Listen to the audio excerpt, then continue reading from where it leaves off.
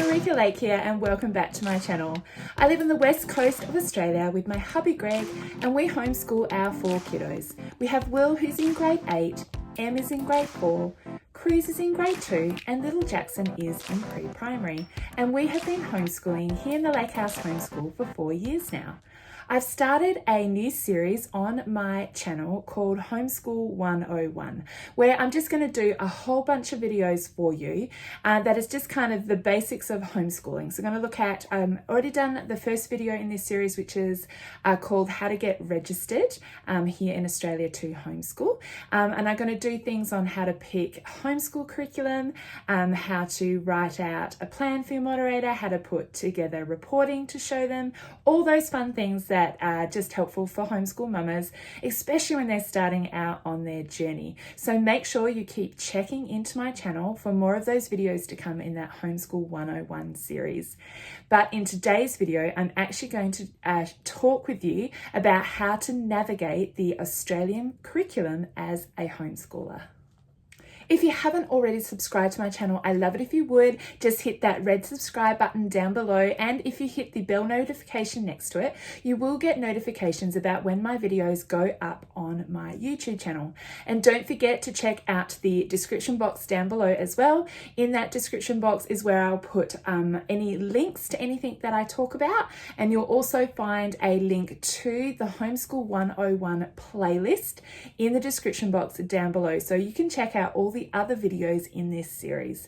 And if you have any questions at all, just leave a comment in the comments box down below. So I am homeschooling here in Western Australia, and in Western Australia we use the Australian National Curriculum. So that is available for you to check out for yourself on the Education Department's website. And I will leave some links in the description box down below so you can easily find that information. Now, if you're in a different state to me, please just check out what curriculum that your state uses, whether they have their own curriculum or they're using the Australian National Standards. I know some of them are a bit different, so make sure you kind of do your research first. But I'm here to talk to you about how to navigate the Australian National Curriculum, which will cover the other states as well if they use their own, because they'll be pretty similar.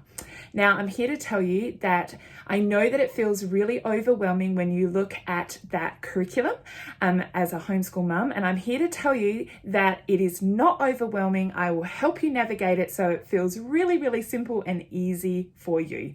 So first of all, you can, as I said, you can check out the curriculum online, and when you do look at it, there is just so much information for all of the age groups and all of the learning areas, and it's just like, oh my goodness. But what I just encourage you to do is actually don't look at all of it. Just look at the scope and sequence for the subject that you're looking at. And so the scope and sequence will look like this. I've just printed this one off. And so let me turn this camera around and just show you what I'm talking about. So this is the Australian Curriculum website. I will link this in the description box down below for you. And what I've just done, as you can see here, is I've popped into the Foundation to Year 10 curriculum, and I'm looking at HASS, which is the humanities and the social sciences, so basically history and geography. And what I have done is I have select all of the year levels so that I can show you. And so the pages go across. So this is page 1. It has Foundation Year 1 and Year 2. And then when you scroll across, it'll give you 3, 4, and 5. And then across to page 3, 6, 7, and 8, I think. So I just thought we'll just look at this first one. Now, the West Australian curriculum, as I showed you before, put it into this really beautiful, concise scope and sequence, but I couldn't actually find that on the Australian curriculum website. So I'll just show you this. Now, it can look really overwhelming because there's lots of information. So let's have a look here. This is the foundation year. And what they're looking at in the foundation year, so for us that's pre-primary, they're looking at my personal world. And then it just has more information about what that actually looks like. And then you come down here and you've just got more of the descriptions of what they're actually going to be doing. They're going to be questioning, researching, and then there's more information. Now, looking at all of that information as you just keep going and going and going and going can be quite overwhelming. So what I encourage you to do is actually just look at the headings that they're looking at, and then you know roughly about what you need to cover in that year.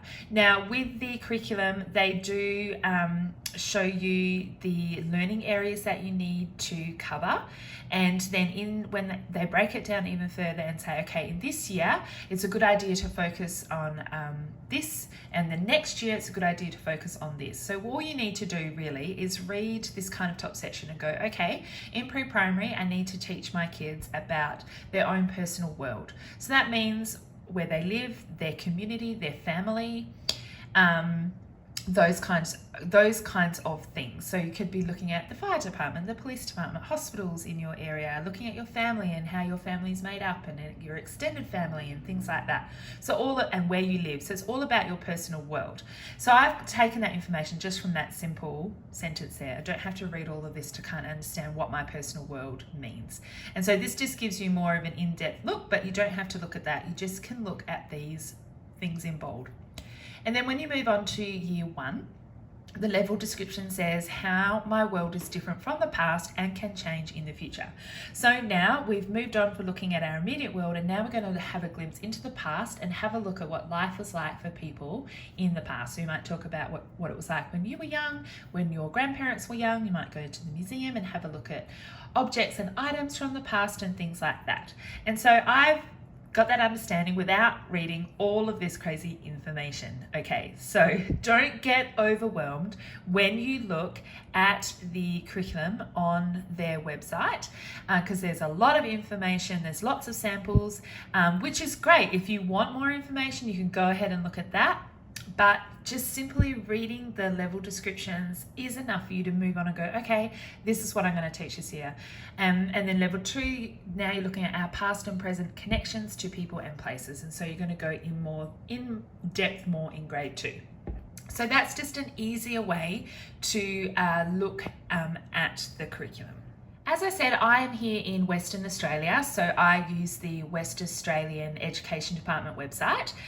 So you'll need to look at your own Education Department website for whatever state you are in Australia to make sure that you are following along the same lines. But we pretty much all use the Australian National Curriculum, so they're all pretty much the same.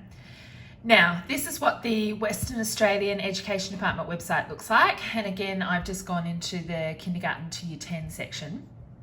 And when you scroll down on the side here, it just says it puts everything into a scope and sequence. And this is the document that you want to use, which will make it so much easier. So this is the HAS scope and sequence from the Education Department of Western Australia. As I said, HAS is Humanities and Social Sciences. And they've taken all of that information, kind of put it on a chart for you to see, which is so much easier. So this one's got through to grade 6, and then the lower grades are further down in the document. And so it's looking at the area of civics and citizenship. And you don't have to cover that until you get to grade 3. And so then you can have a look at the kind of things that they're talking about in that area. So you're going to talk about communities. And communities make decisions in different ways. Voting is the way this group makes decisions. And so that's obviously talking about voting and rules and things like that. And so I can take that information and go, okay, so I've got a kiddo, he's in grade 3, and we need to talk about learning how to do votes and make decisions democratically. And so I can design activities that go along with that. So let me scroll down a little bit further.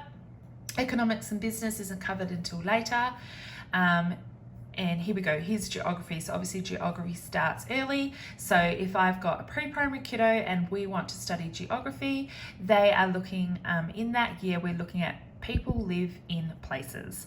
And then it just gives more of a kind of description here about the kind of things you might want to look at, looking at the globe, familiar places such as school, parks, lakes on a pictorial map. And so, yeah, just breaking it down to where you live.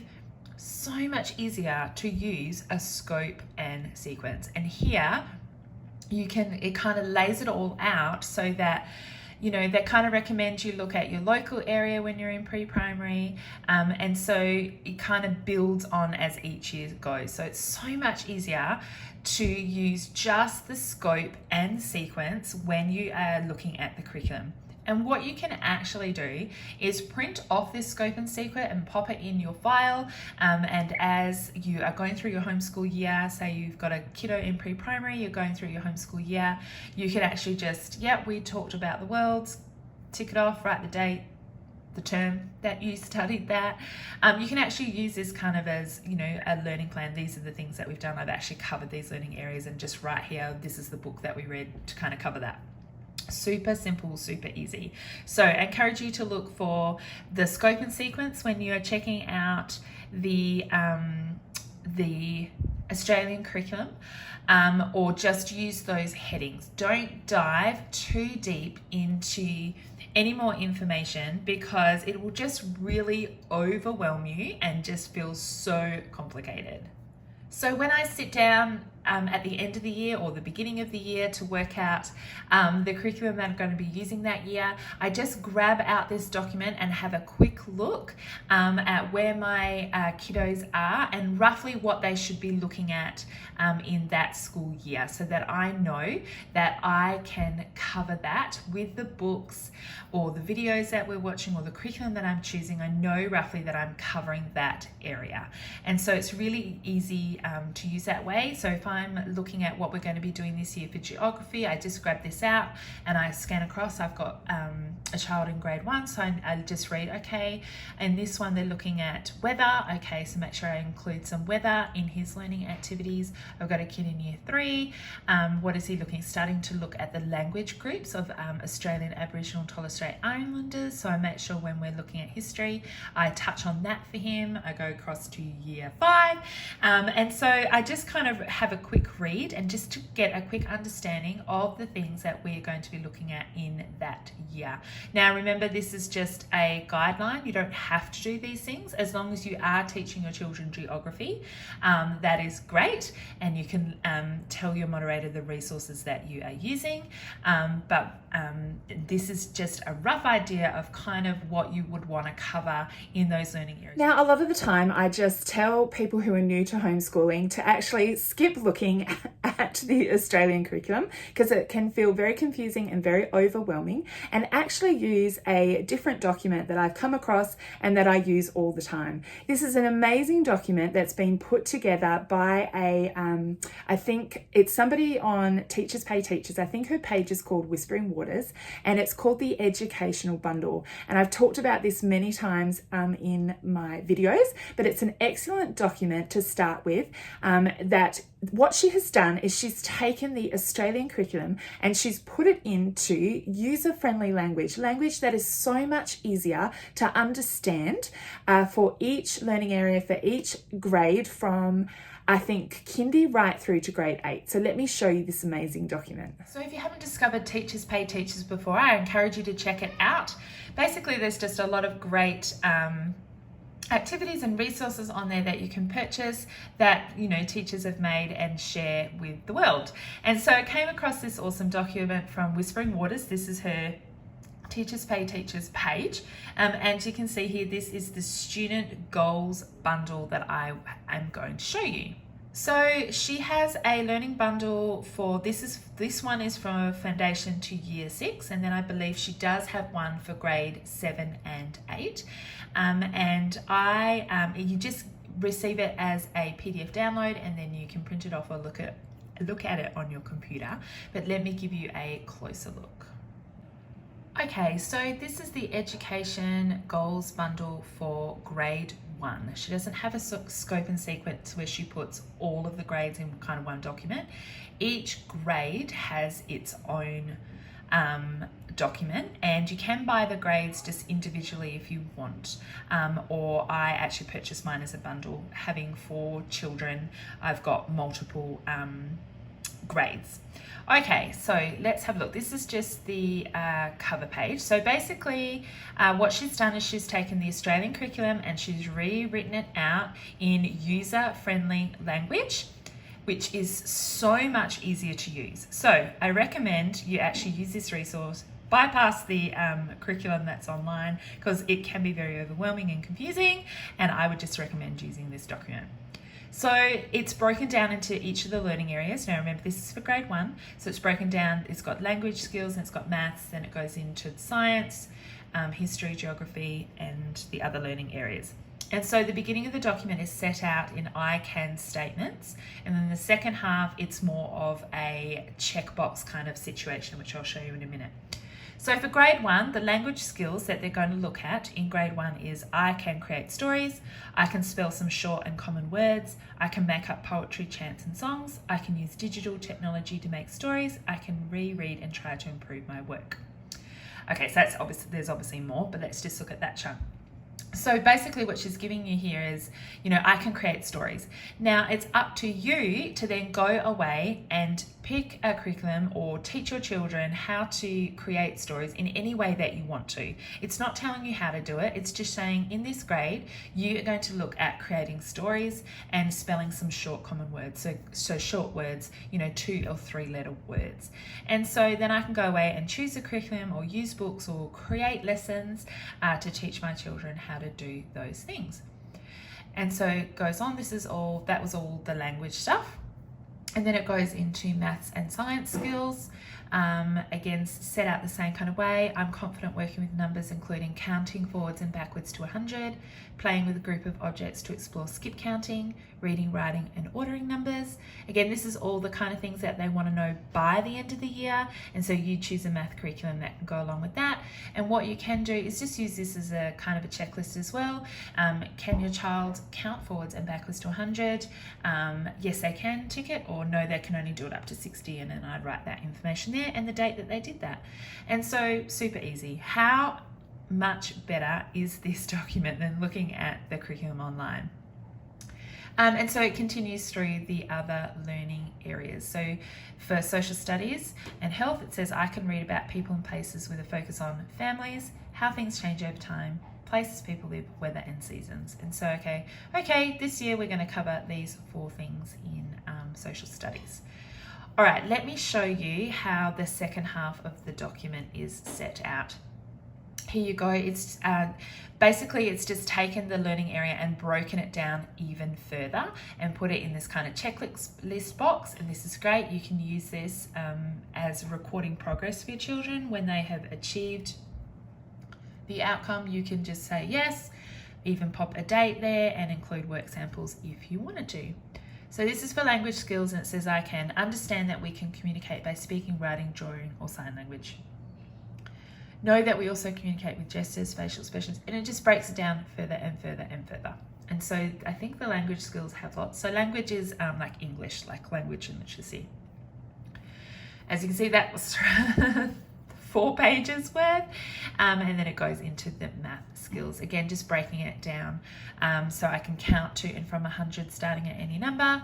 I can read and write and order numbers up to 100 and find the numbers on a number line. I can perform addition and subtraction.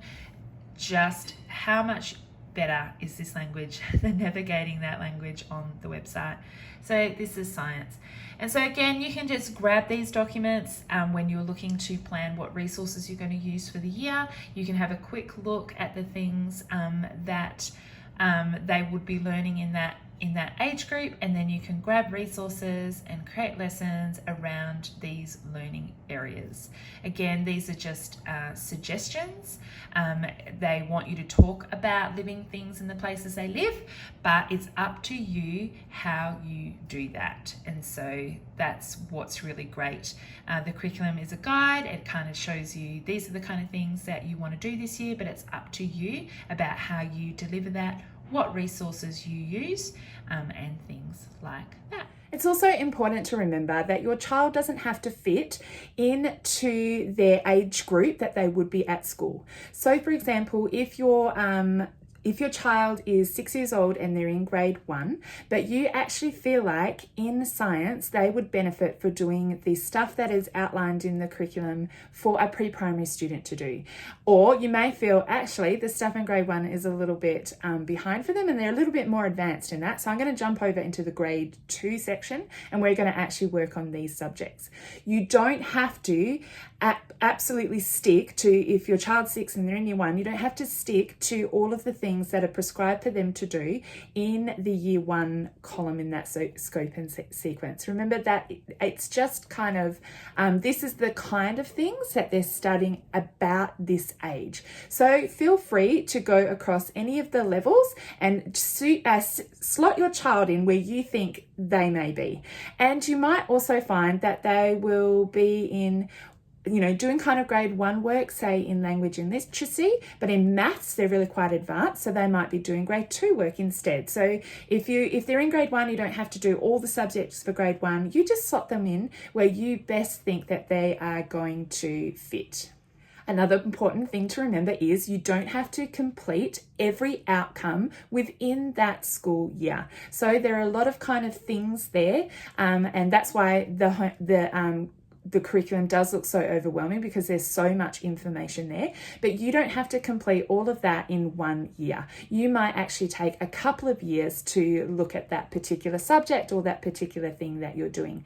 Again, remember the curriculum, it says these are all of the learning areas that you do need to do. You do need to teach them science, you do need to teach them history, you do need to teach them geography, and what's written under there is the suggestion, this is what is a good idea to start teaching them at this age, and then this is another great thing the year after to teach them at this age. But remember, that's just suggestions, and so don't feel that you look at everything for, say, grade 1 and think, oh my goodness, I have to complete all of this in a year. No, you don't have to do that. You can take your time, you can go slow, and you can take however long you kind of want to take in covering that thing that you're looking at.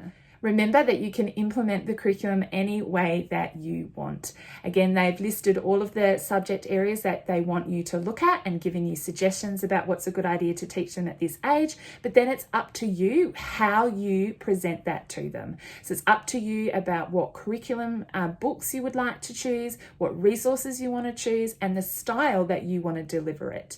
Anything that the curriculum says or that your moderator suggests to you is just a suggestion. You get to choose, as the homeschooler mama or papa, you get to choose what resources that you want to go about doing that. So if they want you to teach Australian history and say you're looking at First Peoples, then it's up to you what resources and how you would like to go about doing that. You might choose to use real life people and the museum to learn about First Peoples. You might actually like to grab a book and read from that book. You might like to use YouTube videos. Totally up to you how you present that, as long as you are covering that subject area of teaching your children about Australian history and the First Peoples. And it's also up to you how you show your moderator how you have reached those outcomes. So, for example, we were just talking about Australian history, and you want to show they've gained understanding and progress in this area. It's up to you how you show that progress. So you might actually verbally talk about the progress that you've seen in your children. You might have made notes over the year about the things that they've learnt about and how you know that. You might write up a little test for them and you'll have that to show them. You might ask them to do a writing piece of all the information that they know about First Peoples, and then you can show that to your moderator. So how you report on progress is totally up to you and how you would like to deliver that, as long as you are showing your moderator progress from the year, but how you deliver that, totally up to you. So your specific role as the home educator in terms of the Australian curriculum is to show your moderator that you understand the Australian curriculum and you have put together an educational program that aligns with the Australian curriculum for your children. And so it's up to you to go, yes, I know all of the 8 learning areas in the curriculum. These are the 8 learning areas. And to meet those 8 learning areas, these are the resources or the programs or the curriculum or the things that we are doing to meet those different learning areas. It's not up to you to then pull out the different outcomes within those learning areas. You don't have to do that. You don't have to go, we're meeting this outcome by doing this, we're meeting this outcome by doing that. You don't have to do that. You can just say this for the learning area of science, these are the things that we are using. And so in upcoming videos, I'll actually show you how to write up a plan for the year to show your moderator that you are doing that. So I'll step you through how I make up a really super simple and easy plan to show my moderator that I know what the 8 learning areas are and these are the things that we are going to be using. So make sure you stay tuned for that video. I hope that you found all of this information in this video helpful. If you have any more questions at all, just leave a comment in the comments box down below.